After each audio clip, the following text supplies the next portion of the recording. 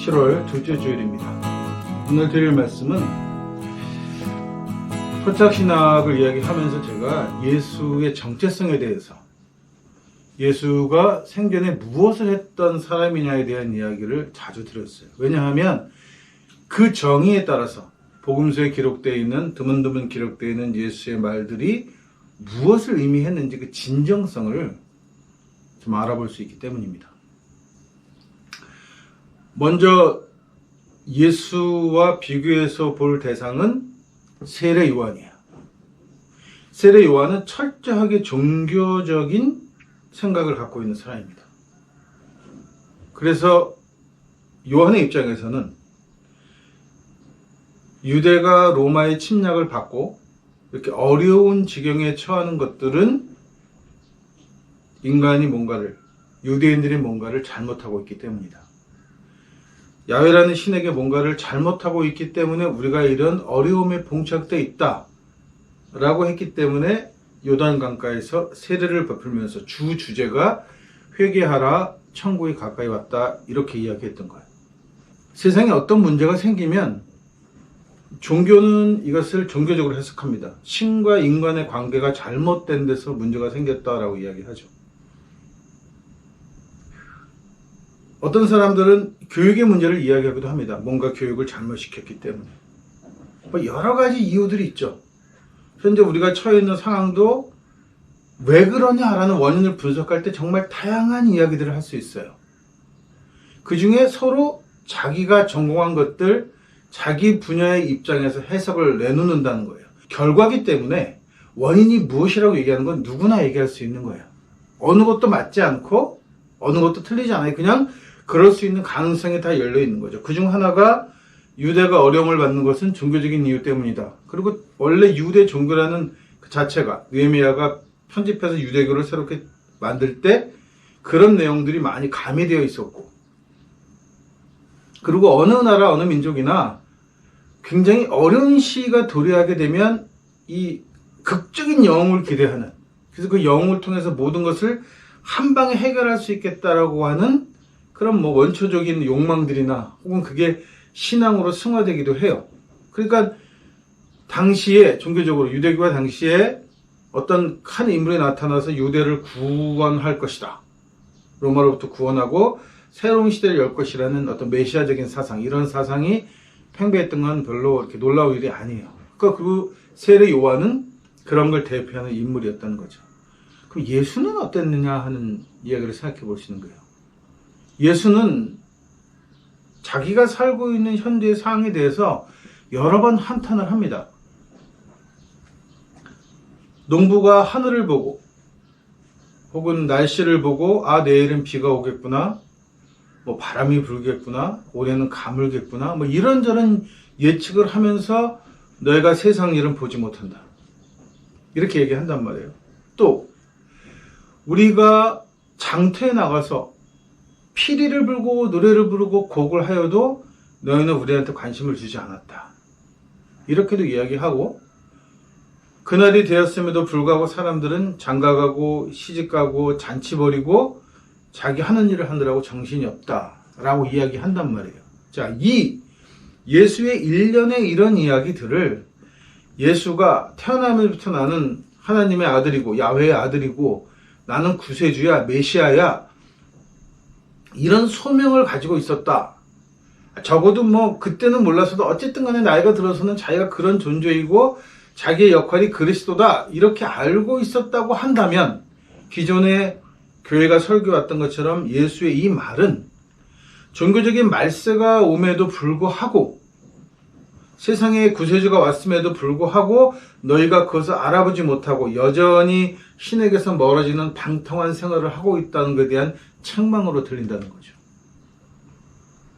그런데 예수를 그렇지 않고 실질적으로 유대 독립운동을 했던 독립투사다라고 보게 되면 예수가 했던 이런 말들은 전혀 다른 말이 되는 겁니다. 우리는 비슷한 시기를 겪었어요. 36년 동안 외국의 침략을 받았고 외국 식민지가 되었단 말이죠. 대다수의 사람들은 그냥 적응하며 살았습니다. 별반 불편함을 느끼지 않았어요. 우리가 이제까지 뭐 매체나 무슨 뭐 영화 같은 데를 보면서 보통 사람들이 일본 사람들의 적대감을 가지고 있고 뭐 이럴 것 같지만 사실은 별반 그렇지 않았다는 거예요. 왜냐하면 사람들은 그런 일에 별로 관심이 없어요. 인간의 원초적 관심은 뭐였냐면 내 배가 얼마나 부르냐, 내가 얼마나 잘 살 수 있느냐에 대한 관심이 있는 거예요. 체제가 어떻다? 별로 중요하지 않아요.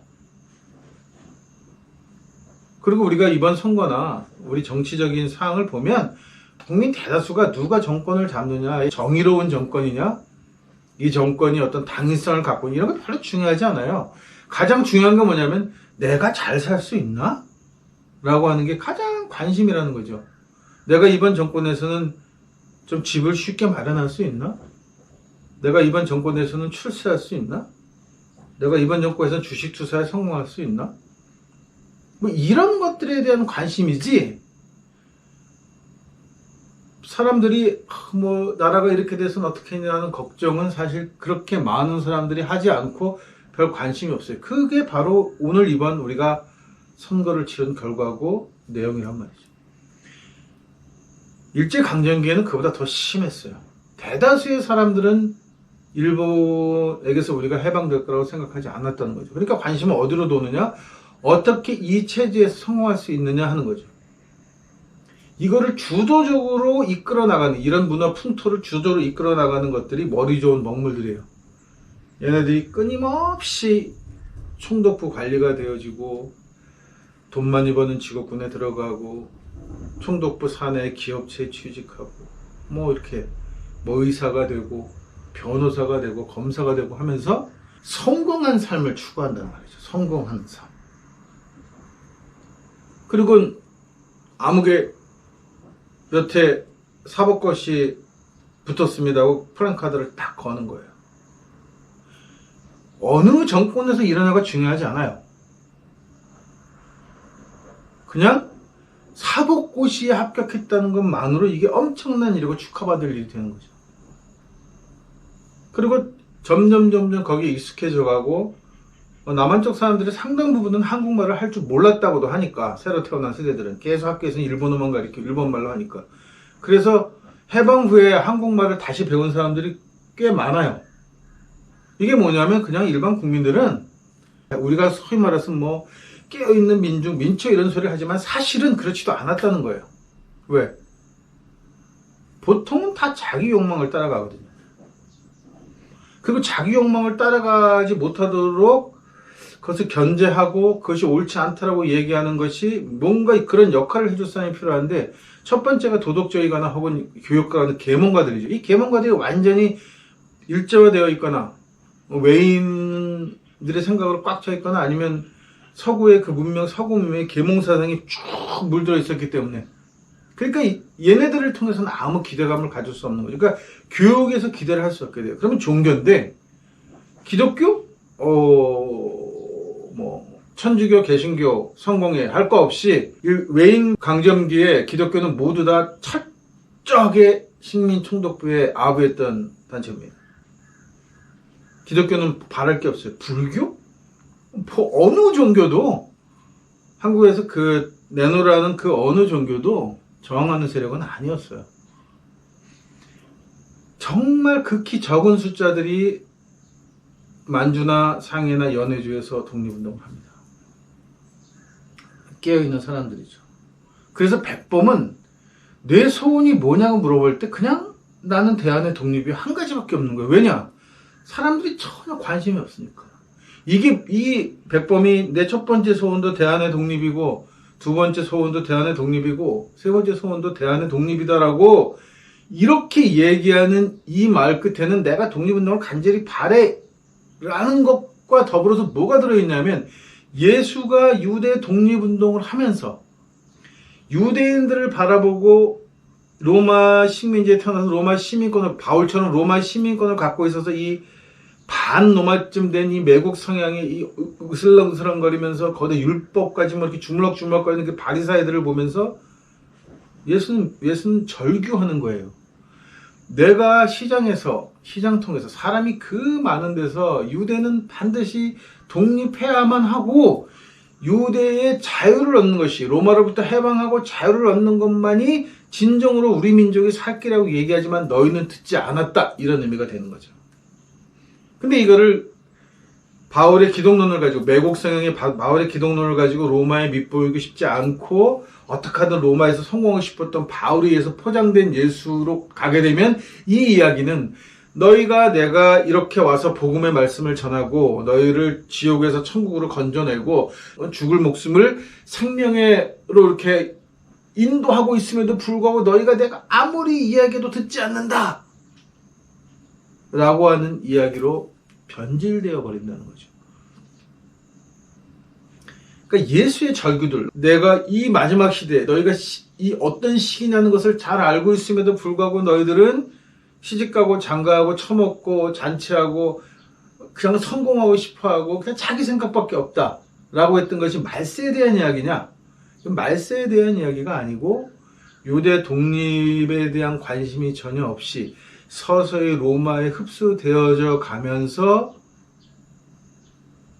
유대라고 하는, 별별이 없는 거지만 유대라고 하는 민족적 정체성마저도 상실해가는 것에 대한 안타까움이 있었던 거예요, 예수는. 그래서 토착신학에서 예수라는 것은 종교적 의미로 무슨 메시아다, 우리가 원죄를 갖고 태어나서 죽을 수밖에 없는데 성령으로 잉태됐기 때문에 원죄가 없어서 그 예수가 대신 죽어서 우리의 죄를 사해줬다, 뭐 이런 식의 기독론이죠. 이게 바울의 기독론인데, 이렇게 해서 예수의 죽음을 해석하는 것이 아니고, 토착신학에서 예수는 아무리 보잘것없고 미약하다고 할지라도 민족은 자기 문화와 정통성을 잃어버리면 자유가 없는 노예가 되는 것이라고 하는 정신을 배우는 거예요.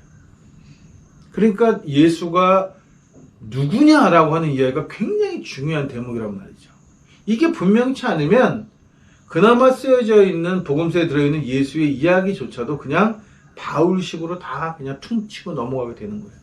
여기에 민족도 없고 로마를 향해 거대한 그 정치 세력과 싸웠던 피맺힌 투쟁의 역사도 없어지는 것이고, 그냥 뭐 세상은 어떻게 돌아가든 나는 종교나 잘 믿고 나는 구원이나 받으면 돼, 예수 믿고 잘 살면 되는 거지 뭐라고 하는 이런 아주 추잡스럽고 천박한 종교로 타락하는 길로 들어서는 거예요, 기독교가. 기독교라는 말 자체가, 기독론이라는 말 자체가 천박한 종교가 되겠다고 하는 선언인 거예요. 왜 천박이냐 하면 예수가 만 백성의 구세주라고 선언하기 때문이에요. 어떻게 문화가 다양하고 종교가 다양하고 여러 가지 형태의 인간들이 모여 사는데 특정한 한 부족의, 한 민족의 지도자가 온 세상을 구원하는 지도자가 될 수 있겠냐는 거죠. 교만이에요. 그리고 망상입니다. 서양 애들은 이 망상을 식민지를 지배하는 이데올로기로 썼어요. 백인들이 하나님께 선택받은 민족이다. 내내 그렇게 가르쳐 왔거든요. 그러니까 흑인은 다스리고 정복하고 지배하고 목숨을 빼앗아도 상관없는 존재로 인식시켜 온 거예요, 유색 인종들은. 그렇게 제국주의가 팽배해가지고 온 세상을 그렇게 지배했던 시대에 우리는 서양인들이 아닌 외인들에게 그런 똑같은 형태의 지배를 받은 거예요.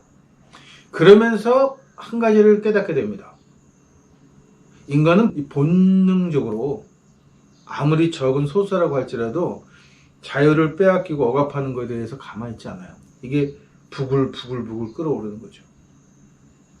그러니까 일본은 일찌감치 내선일체라고 하는, 너희와 우리가 다르지 않다 라고 하면서 회유 정책을 쓰게 되는 거죠. 서구는 조금 나중에 시작합니다. 왜냐하면 일본과 우리는 피부 색깔이 같고, 사실 뭐 이렇게 역사적 뿌리를 보면은 거기는 백제나 고구려나 신라가 만들었던, 사실 어떻게 보면 신라, 백제, 고구려의 식민 지역이 성공해서 역으로 이제 본토죠. 본토에 들어와서 다시 자기네들이 지배하는 형국이니까 이 둘이 하나라고 묶는 것은 영구적으로 여기를 식민지화하는데 굉장히 좋았던 이루는 거죠. 그러니까 서양보다 빨리 내선일체를 주장하게 돼요. 기독교는 이제 흑인들을 향해서 서서히 우리는 형제라고 하는 이야기를 하기 시작합니다. 형제인 적이 단 한 번도 없었어요. 주인의 소유였지 형제라고 부르지 않는단 말이에요. 같은 인간임에도 불구하고 그냥 소유물인 거예요. 내가 얼마나 잘 사는데 필요한 도구일 뿐이지 인간이라는 생각을 해본 적이 없어요. 서양인들은 유색인종에 대해서.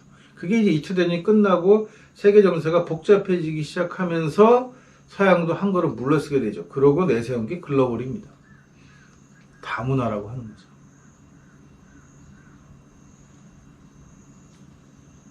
사실 자기네들은 잘 지키지 않아요.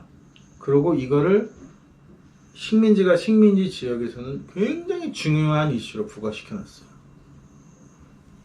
인간이 다 똑같다는 건 뭐냐 하면, 그러니까 이 착각을 하는 거예요. 서양 애들이 글로벌을 이야기하고 다문화를 이야기하면서 인간이 평등하다는 얘기는 뭐냐 하면, 우리가 비록 이전에 너희를 짐승처럼 대하고 가축처럼 대하고 노예로 부리면서 너희들 피를 빨아먹는 악귀 같은 존재였지만 사실 우리도 인간이야 라는 의미고, 이 식민주의하면 어떻게 포장이 되냐 하면 우리는 모두가 다 똑같은, 사실 우리가 잘못 생각하고 있었어.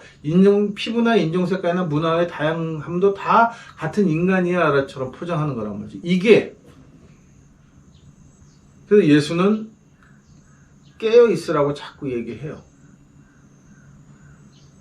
왜 깨어 있어야 되냐고 이야기를 하고 계속해서 너희가 무엇을 잘못하는지를 계속해서 지적하는 이유가 뭐냐 하면, 그 첫 단추를 잘못 끼면 반드시 마지막엔 단추꼬미 하나 남든가 단추가 하나 남든가 하나가 남게 되기 때문이에요. 예수를 누구라고 볼 것이냐, 우리가 복음서를 통해서 예수를 어떤 것에 신념을 가지고 있던 사람인가라고 정의하는 거냐에 따라서 복음서의 전반적인 내용과 해석은 달라지게 됩니다. 그거를 현 기독교는 끝까지 놓지 않으려고 하는 거예요. 왜? 그렇게 하면 종교로서 존재할 이유도, 이제까지 그들이 꾸준히 장사해왔던, 겁을 주며 장사했던 말세니 종말이니 구원이 아니 이런 너절한 교리들이 다 거짓말이었다는 것을 스스로 고백하는 것이 되게 되니까, 분명하게 예수가 로마의 형벌인, 정치적 형벌인 십자가형을 받은 사건이 명백하게 기록되어 있음에도 불구하고 그 사건은 정치적인 사건이 아니라 종교적인 사건이라고 지금까지도 악착같이 우기고 있는 거예요.